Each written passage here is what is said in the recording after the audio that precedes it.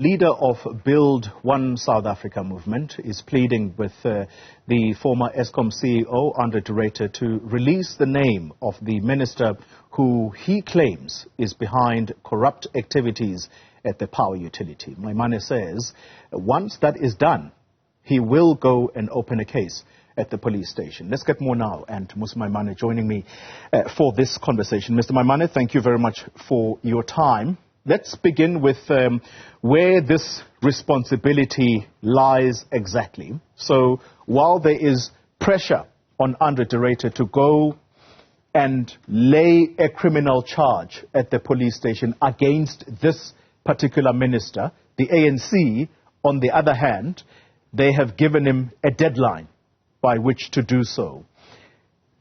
This weekend, a newspaper comes out and says that Minister Pravin Gordhan does not deny being the minister whom André Ruyter gave the information about a fellow cabinet minister to, that this fellow cabinet minister was allegedly involved in corrupt activities at Eskom. And so my first question to you is it André Ruyter's responsibility alone to go and open this case, or is it also the duty of that minister that he told about a fellow cabinet minister?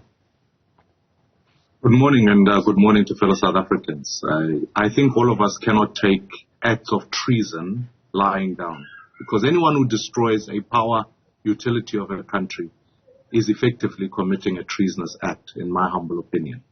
And therefore, we need to take all action on the table. It is undeniable, the fact that André Ruyter, as far as PRECA is concerned, has the responsibility to open a criminal case.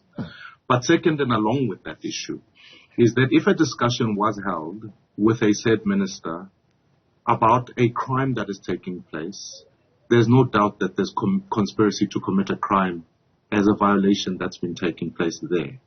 Thirdly, if a cabinet minister is informed of acts that are taking place within a utility, two questions arise. Was the discussion then held in cabinet? Because if you don't discuss matters of national interest in cabinet, then we've got a challenge on our hands. And second, and thirdly, if the president knew about the discussion, what actions did he take as it pertains to dealing with such issues? So I will not be, one of the decisions that we've always taken is the fact that as Build One South Africa, I'll fight corruption at whatever level it takes place. We don't have to wait for the political shenanigans between the ANC or anyone else. I will personally go lay a criminal charge to make sure that the police act, because we, the citizens, the people of this country, cannot be waiting for when people say there was sabotage, there was poisoning, there was all sorts of things. We are the ones without electricity, and we are the ones who are bailing out Eskom as things stand. So let's go open a criminal case. Well, Mr. Maimane, opening a case at the police station is one thing. I actually had the man who leads the police in studio on Friday, and I asked him a direct question. If a fellow cabinet minister is accused of wrongdoing, would you arrest him? Safe to say there was no direct answer there. And so what hope is there that South Africans will see action? Because these are people who clearly are probably scared of the political establishment.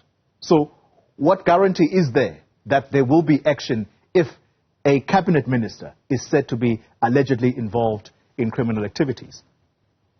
You know, Polly, justice must always be done. You will remember the Mail and Guardian reported a number of years ago to say there were security upgrades taking place at a very important political figure's life, who was the president at the time, in Nkandla. We opened a criminal case, we fought the battle, and finally we had the public protector report and ultimately held the president to account. In this instance, I'm beginning today that journey. Because yes, there are always political inferences, and I want to separate the politics from the legal action here. The first legal action is that if people violate PRECA as an act that combats corrupt activities, then we must act. And if the police simply fail to investigate, we'll continue to take legal action to compel them to do so. Because the police must do their job without fear or prejudice. Even if the Minister of Police, who's a political appointee, who could face a reshuffle or not a reshuffle. I hope that we're able to do so because citizens are not feeling safe. We must then get back to the institution of the police investigating. And lastly, for the ANC to stand up and say, look, it cannot be charged with corruption is a bit anomalous, given that at the State Capture Commission, when the president appeared, he made it quite clear the fact that the ANC stood as accused number one in this instance of state capture, given that the investigation went around Eskom. So we cannot be run by a criminal syndicate. We need to take action ourselves as citizens. And yes, I know people might be frustrated with the police, but this is the first port of call that we begin, and the legal action will follow post facto. Perhaps a final question to you, sir. Minister Pravin Gordhan has the political oversight on Eskom. He, at the time that André de Ruyter resigned, the announcement was made in December. He thanked André for the hard work that he had put in, particularly around fighting corrupt activities. The same minister today is quoted in a news website as saying that André de Ruyter swanned, quote unquote, around the world whilst Eskom was experiencing load shedding. Yes, there is an admission from André de Ruyter that he did fail to sort out load shedding. That he doesn't deny. But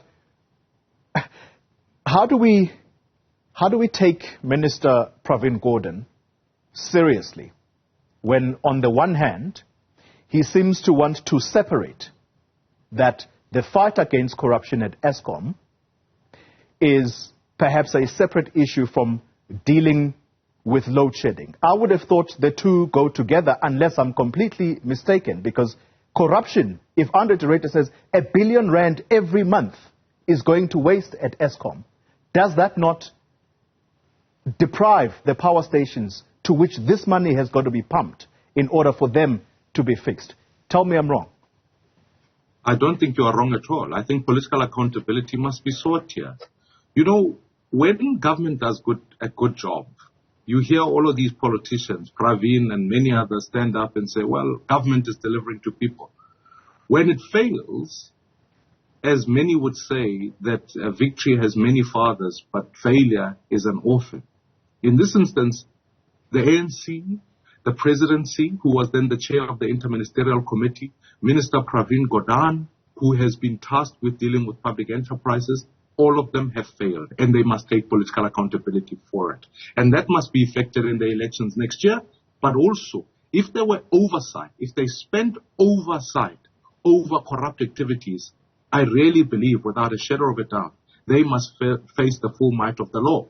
Because ultimately, Minister Pravin Gordhan, we saw the same exercise take place with South African Airways. Now today, South African Airways is literally in ICU. Now we are seeing the same with Eskom. These are direct competencies that fall within his ambit. So before we even deal with the matter of corruption, we must deal with the question of competence and say, what effect has been having? The country is now facing load shedding.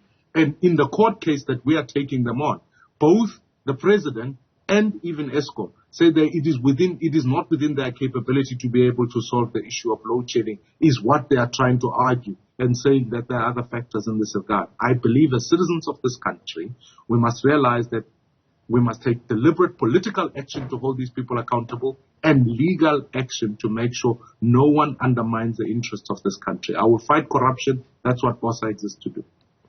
Thank you very much for your time, leader of Build One South Africa movement, Mmusi Maimane.